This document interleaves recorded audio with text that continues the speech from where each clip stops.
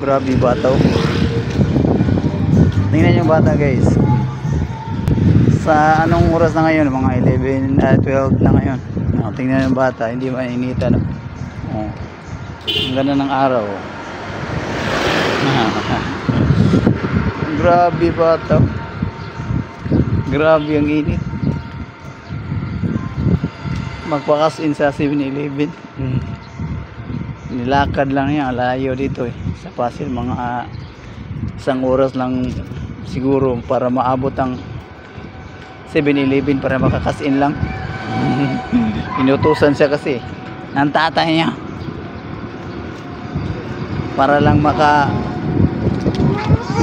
tanggap ng yung tawag sa amin sa hall. Yun guys. Oh. Uy. Uy. Uy. Ningin sabi. What you boy niti guys. Mo ni siya si ngani mo? Lawrence. Shout out Lawrence. Ang batang Quiapo astig sa lakad ng init.